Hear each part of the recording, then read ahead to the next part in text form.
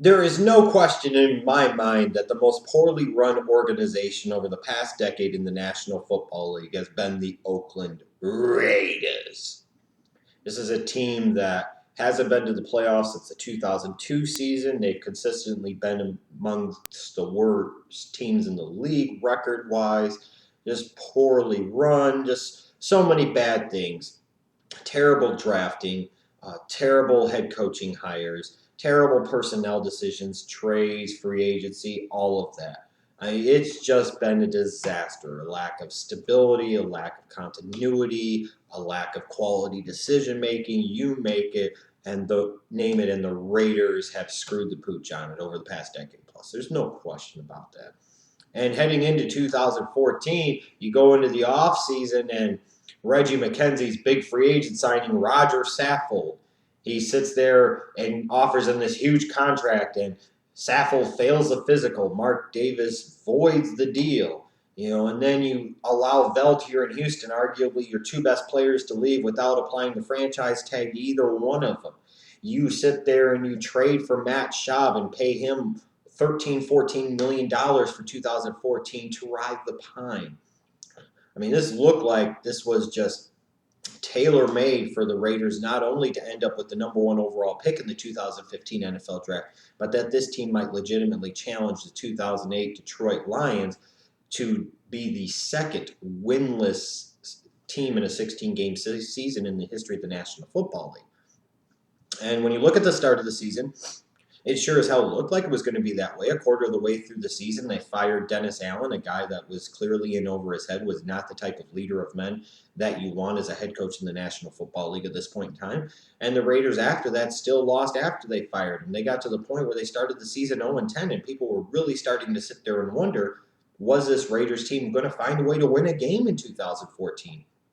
And there were a couple of games where they showed themselves well, and they were competitive, and they hung tough, and they fought hard till the end. But in general, this was a bad team, and it showed.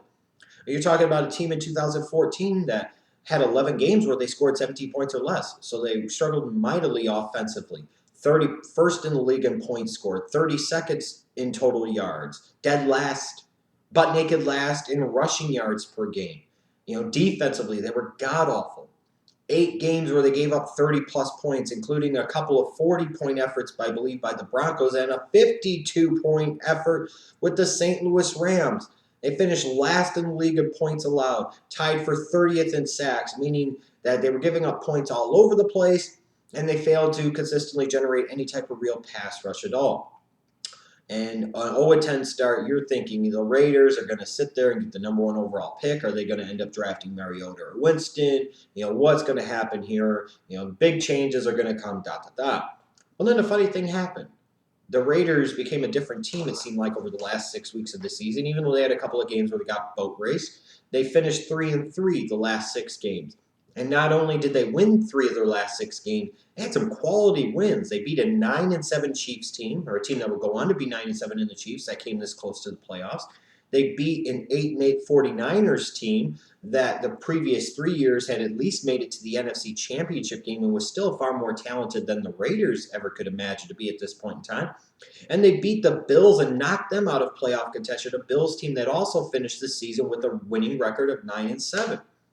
So when you look at the records of the 3 opponents that they beat, 2 teams that finished the year 9-7 and another one that finished 8-8.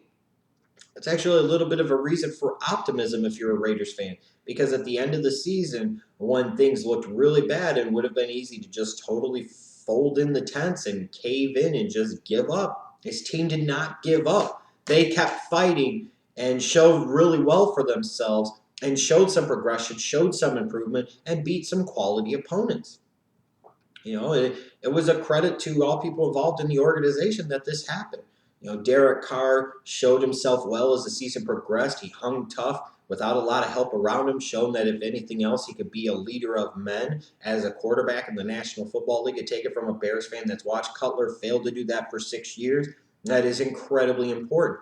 You look at this offseason, and Reggie McKenzie, part of the whole thing was that they were building up to this offseason. They had so much available cap space. And, again, if you're building primarily through free agency, you're only doing two things. One, admitting your failures in the draft, which obviously the Raiders have had them in great abundance. And two, you're getting older as a team, and that's never a direction you want to go in when you're bad to begin with. And that's what the Raiders did. And in general, the free agent moves that they made in the offseason didn't really pan out all that well. James Jones was okay. A couple of other guys were okay. But at the end of the day, they still finished 3-13. I mean, they traded for Matt Shaw, paid him double-digit millions of dollars to ride the bench all year. It was not good. The one saving grace for this Raiders organization, and the one thing that might indicate that things could get better quickly, and the one thing that, frankly, has saved Reggie McKenzie's job, at least as of this recording at this point, was this 2014 NFL Draft. The Raiders got that difference maker on defense, that star on defense to build around that they so desperately needed in Khalil Mack. And then it looks like, at least for the time being, they found a quarterback that they have some reason to believe could potentially be that answer, that guy that they could build around on offense in Derek Carr. You know, a nice choice in the third round of Gabe Jackson. In the fourth round, they took Justin Ellis. This was a good draft for the Oakland Raiders, by far, beyond question, the best draft that Reggie McKenzie has had during his time running the show in Oakland. It's a little bit easier maybe to have that quality draft when these type of players fall into your lap in a draft class that was deep and loaded as it was. But it has you starting to think that things could get a little bit better, if not a lot better, for the Raiders very, very soon, especially considering their last 6 games that went 3-3, and they beat some quality opponents, the Chiefs, the Niners, and the Bills. Now, looking into this offseason, what are some of the team needs? Well, number one, I still think is a general manager. I still think Reggie McKenzie is a clown. I think he's in over his head, and I don't think he's the type of guy that is ever going to build a winner in Oakland. That's just my opinion, and based off of the evidence that I see, I'm clearly right. The next thing they have to find is they have to find a head coach. Not a puppet head coach, not some risky experiment, never has any type of experience head coach. The Oakland Raiders need to make a splash. They need to find a guy that brings credibility, a guy that brings proven experience and results. And unfortunately for them, the guy that would have fit that bill the most was Jim Harbaugh. He has decided to take his talents to Ann Arbor, Michigan. So the Raiders have got to find that guy. They might not replace Reggie McKenzie, but they can't sit there and go with Tony Sparano again as head coach. They can't remove that interim tag and actually expect him to be that guy, can they? No, they need that head coach with proven results, with that pedigree that can make people stand up and take notice and say, wow, the Raiders are doing things differently. Then after that, they've got to build around Derek Carr. If you're not in a position to draft either Winston or Mariota, and the Raiders at this point with the 3 games that they won may have taken themselves out of the position to do that, then you're going to be stuck with Derek Carr. In that case, then you've got to build around him. This was a team that was the worst team in the league running the ball. They've got to find somebody that could be that bell cow back for Derek Carr in that Raiders offense. In fact, they need to find 2 running backs. They need to find a speed complement. Some might say Latavius Murray's in there. And if that's the case, either way, you still need that bell cow back. Then they need to find him help at wide receiver. They must find him help at wide receiver. One of the most ridiculous things I think that this organization missed on was not drafting a wide receiver in either the 3rd or 4th round. So even when McKenzie had a really good draft, he still found a way to screw it up by not dipping into the talent pool at wide receiver early enough in a historically good, maybe best ever rookie wide receiver class. Imagine how much better the future would look for the Oakland Raiders if they would have taken a gamble on a guy that traditionally they would have loved to take and might even consider taking in the 1st round, like a Martavis Bryant out of Clemson. You look at what happened once he started getting opportunities in Pittsburgh.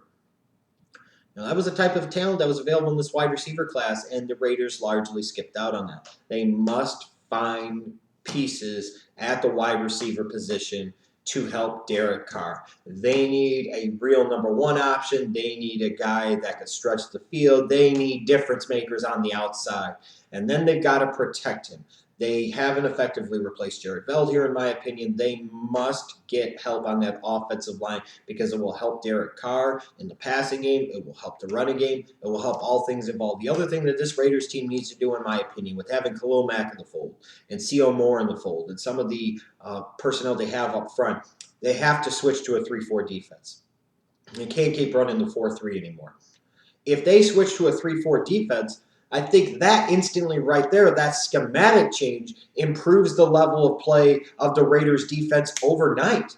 And then you could start to find personnel for that new 3-4 defense. But they have to run that 3-4 defense. Asking Khalil Mack to play outside linebacker in a 4-3 is asking him to be the stud that he is, the stud that he can be, and not even at the best position that he's suited for. If he's your star on defense, then you have to do everything you can to ensure that he becomes the star that he can be and fulfills his full potential. As a result, you must put him in the best situations to succeed. Therefore, you must get him in a 3-4 defense. The thought of C.O. Moore and Khalil Mack on the outside in 3-4 defense could potentially be scary for Alex Smith and Phillip Rivers and Peyton Manning in the AFC West. There's no question about that. This team needs defined, steady leadership at the top, real quality leadership at the top. They must switch their defensive scheme to a full-time 3-4. And then in the draft and in the offseason in general, their number one priority must be surrounding Derek Carr with help. If the Raiders can do that, things can get a little bit better very, very quickly for the Oakland Raiders.